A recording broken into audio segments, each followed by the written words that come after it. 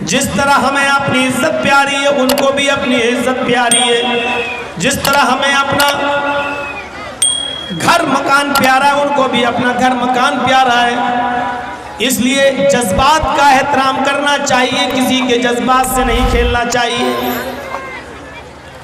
قرآن آپ پڑھیں گے تو آپ کو پتہ چلے گا کہ قرآن ساری دنیا کی انسانیت کو ایک خاندان سے جوڑتا ہے، ایک خاندانی بتاتا ہے، آپس میں رشتہ جوڑتا ہے ہمارا۔ اب ادھر کیا ہو گیا پتہ نہیں، آپ لوگوں کو کس نے بتایا تھا کہ لیڈیز کا انتظام اتنا پاس کر دینا؟ یہ گھر میں اپنے آدمیوں کی نہیں سنتی ہیں تو جلسہ سنیں گی؟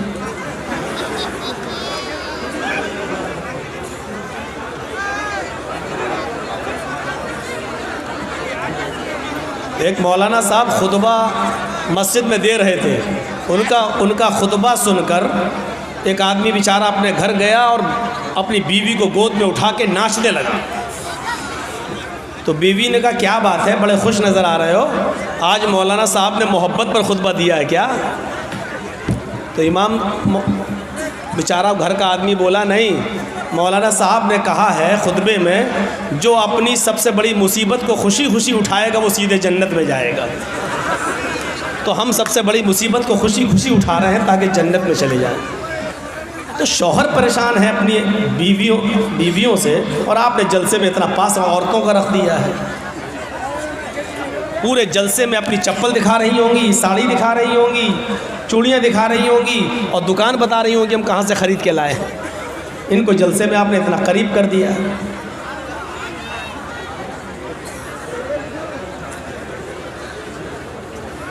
اے بھیا، یہ راستے میں سب لوگ بیٹھ جاتے ہیں نا، یہ سب سے بڑا گڑبڑ کرتے ہیں۔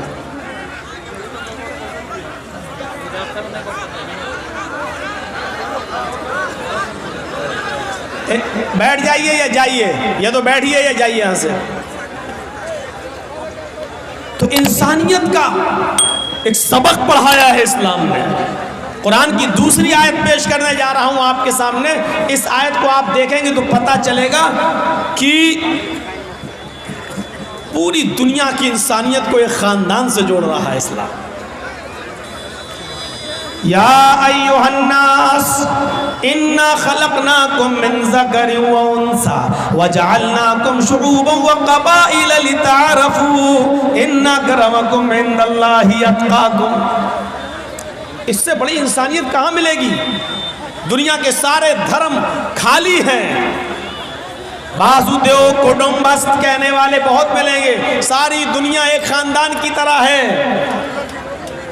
لیکن دیکھ لیجئے یو پی کے چناؤ میں اور یو پی کے الیکشن میں جو اکثریت ہے وہ اقلیت کو انسان مانتی ہی نہیں ہے۔ پورا کا پورا چناؤ کا پرچار اسی پر کیا جاتا ہے کہ ہم ہی انسان ہیں، دوسرا انسان ہے ہی نہیں۔ اور دھرم یہ کہتا ہے کہ سب ایک خاندان کی طرح ہیں۔ اسلام نے ساری دنیا کے لوگوں کو کیسے جوڑا؟ یا ایھا الناس، ہے سمپورن جگت کی مانو ذاتی، ہے ساری دنیا کے انسانوں، مسلمانوں نہیں، ہے ساری دنیا کے انسانوں۔ انا خلقناکم من ذکر و انثی، ہم نے تم کو ایک ہی مرد اور ایک ہی عورت سے پیدا کیا ہے۔ ہم نے تم کو ایک ہی مرد اور ایک ہی عورت سے جنما ہے۔ تمہارا باپ ایک ہے اور تمہاری ماں ایک ہے۔ دیکھیے کیسا خاندان بنا دیا ہے۔ تم سب ایک ہی باپ کے بیٹے ہو، ایک ہی ماں کے بیٹے ہو، تم سب کا باپ ایک ہے، تم سب کی ماں ایک ہے۔ تمہارا باپ آدم، تمہاری ماں حوا، تمہارا باپ آشو اور تمہاری ماں ہیووتی شتروپا، تم سب ایک ہی آشو اور شتروپا کی سنتان ہو، آدم کے بیٹے ہو اور حوا کے بیٹے ہو، یعنی تم سب آپس میں بھائی بھائی ہو۔ اب کیا رہ جاتا ہے؟ اس آیت کے بعد انسانیت کا اور اعلیٰ مقام کہاں سے پیش کیا جائے؟ کیا ایک باپ کی اولاد بتا دینا اور ہمیں ہندو اور عیسائی اور سکھ اور جینی اور بدھسٹ سب کو ایک ہی باپ کا بیٹا کہہ کر بھائی بھائی بنا دینا، اس کے بعد انسانیت کا کون سا درجہ باقی رہ جاتا ہے جو اسلام دینا بھول گیا؟ نعوذ باللہ، انسانیت کے اس اونچے درجے پر فائز کیا ہے۔ پڑھیے پورا قرآن اور پڑھیے محمد رسول اللہ صلی اللہ علیہ وسلم کی تعلیمات، تو آپ دیکھیں گے اس میں انسانیت کے لیے کتنی تعلیمات بھری پڑی ہے۔ فرمایا اللہ کے نبی صلی اللہ علیہ وسلم نے، جب تم سڑک پر چل رہے ہو اور راستے میں کوئی تکلیف دہ چیز پڑی ہوئی ہے تو اس تکلیف دہ چیز کو ہٹانا تمہاری ذمہ داری بن جاتی ہے، بلکہ ذمہ داری نہیں تمہارا فرض بن جاتا ہے، بلکہ یہ تمہارے ایمان سے جڑی ہوئی ایک چیز ہے کہ اس تکلیف دہ چیز کو ہٹا دو۔ جس کے اندر جتنا مضبوط ایمان ہوگا وہ تکلیف دہ چیز کو اتنا زیادہ ہٹائے گا۔ اس کو ایمان کی ایک شاخ، ایک برانچ بتا دیا ہے۔ اللہ کے نبی صلی اللہ علیہ وسلم نے فرمایا الایمان بضع و سبعون شعبۃ، ایمان کی 70 سے زیادہ برانچز ہیں، اسلام کی 70 سے زیادہ شاخائیں ہیں۔ فَأَفْضَلُهَا قَوْلُ لَا إِلَهَ إِلَّا اللَّهِ، اسلام کی سب سے افضل شاخ اور برانچ کیا ہے؟ لا الہ الا اللہ کا اقرار، اللہ کے علاوہ کوئی معبود نہیں، اس بات کا اقرار۔ وَأَدْنَاهَا، اور ایمان کی سب سے ادنا، سب سے نیچی جو شاخ ہے لیکن وہ بھی ایمان کا ایک حصہ ہے، وہ کیا ہے؟ اماطۃ الاذى عن الطریق، راستے میں کانٹا پڑا ہے، یہ مت دیکھو یہاں سے ہندو گزرے گا چبے چبنے دو، کوئی پتھر پڑا ہے ہندو ٹکرائے گا گرنے دو، یہاں تو مسلمان کی بستی ہی نہیں ہے، ہندو کا سر پھوٹے گا پھوٹنے دو، جینی کا پھوٹے گا پھوٹنے دو، سکھ کا پھوٹے گا پھوٹنے دو، میرے باپ کا کیا جا رہا ہے؟ اگر اس بستی میں مسلمان رہتے تو ہم ہٹا دیتے کہ کسی مسلمان کو تکلیف نہ پہنچے۔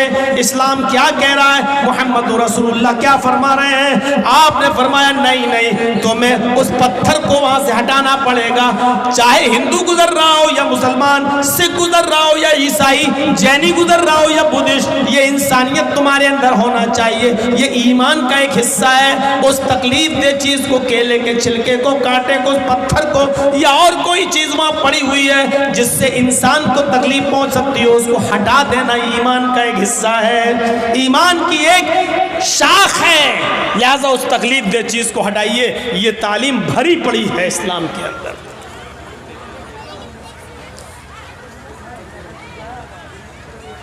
آپ کی بستی میں کوئی کنواں ہے جس میں کھارا پانی ہے، آپ کوئی میٹھے پانی کا کنواں کھدوا دیں یا خرید کر آپ اس کو وقف کر دیں، اس سے ہندو بھی پانی پیے، مسلمان بھی، جین بھی، سکھ بھی، عیسائی بھی۔ غور کرو، جو ایک کتے کو پانی پلا دینے کی وجہ سے ایک فاحشہ اور بدچلن عورت جو اپنا جسم بیچتی تھی، جس کے بارے میں حدیث میں فاحشہ کا لفظ موجود ہے، ایک دوسری حدیث میں جس کے لیے زانیہ کا لفظ موجود ہے، یعنی بدچلن عورت جو جسم بیچا کرتی تھی، ایسی عورت اپنے کسٹمر کو ڈھونڈنے کے لیے اور تلاش کرنے کے لیے کہیں جا رہی تھی، راستے میں اس کو ایک پیاسا کتا دکھتا ہے جو زمین پر اپنی زبان رگڑ رہا ہے، یعنی زمین سے پانی کی امید لگا رہا ہے کہ ہمیں زمین سے کوئی پانی مل جائے۔ اس عورت کو، اس کتے پر رحم آ گیا، اس طوائف کو، اس بدچلن عورت کو۔ ایک حدیث میں آتا ہے کہ اس نے اپنی اوڑھنی، اور دوسری حدیث میں آتا ہے کہ اس نے اپنے پیر کا موزہ اتارا اور اس کو اپنے دوپٹے سے باندھا اور اس کو کنویں میں ڈالا اور اس موزے کو پورا بھگو لیا، تر کر لیا، اور اس کتے کے پاس جا کر اس نے اس موزے کو یا اپنی اوڑھنی کو نچوڑ دیا۔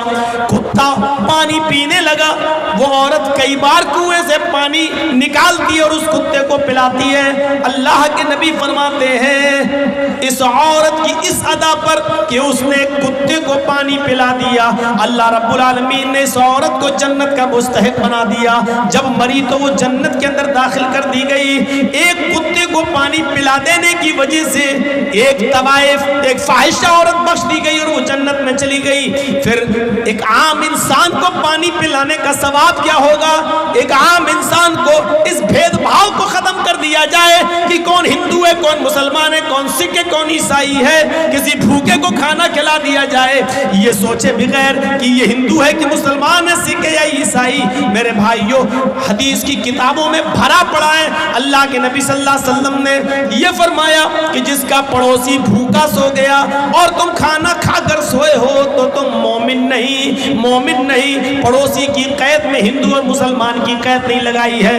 آپ کا پڑوس میں جو بھی رہتا ہے، چاہے وہ کسی بھی دھرم کا ماننے والا ہے، لیکن آپ پیٹ بھر کر اگر سو گئے کھا کر اور آپ کا پڑوسی بھوکا سو گیا، واللہ لا یؤمن، واللہ لا یؤمن، واللہ لا یؤمن، یہ حدیث کے الفاظ ہیں کہ اللہ کی قسم وہ مومن نہیں، اللہ کی قسم وہ مومن نہیں، اللہ کی قسم وہ مومن نہیں۔ چاہے اپنے گھر میں اٹھ کر رات کے 3 بجے تہجد کی نماز ہی کیوں نہ پڑھتا ہو، لیکن وہ مومن نہیں۔ اگر خود اس کا پیٹ بھرا ہے اور اس کا پڑوسی بھوکا سو گیا تو وہ مومن نہیں۔ ذرا تصور کرو، اسلام کے اندر انسانیت کا یہ مقام ہے، یہ درجہ ہے۔